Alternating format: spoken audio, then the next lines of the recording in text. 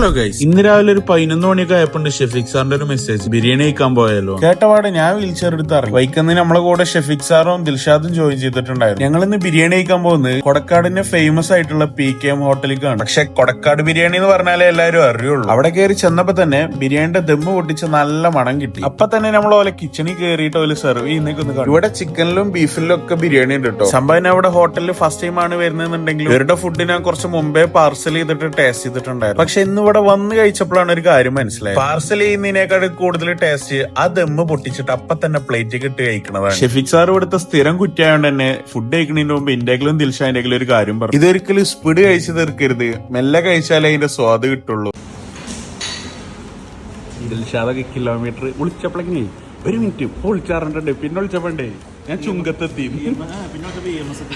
അതുകൊണ്ട് തന്നെ ഓല രണ്ടാളെ ഫുഡ് കഴിക്കല് കഴിഞ്ഞിട്ടും ഇന്ത്യ കഴിഞ്ഞിട്ടുണ്ടായിരുന്നു. പിന്നെ ഞങ്ങൾ വീട്ടിലുള്ള ഫുഡും കൂടെ പാർസൽ എടുത്തിട്ട് അവിടെ നിന്ന് ഇറങ്ങി. പോണ വഴിക്ക് പ്രിയപാലടി കയറിയിട്ട് ഓരോ പായസവും കുടിച്ചിട്ട് പെരി പോയ ഒരൊറ്റ ഉറക്കായിരുന്നു. അപ്പൊ ഓക്കെ ബൈ.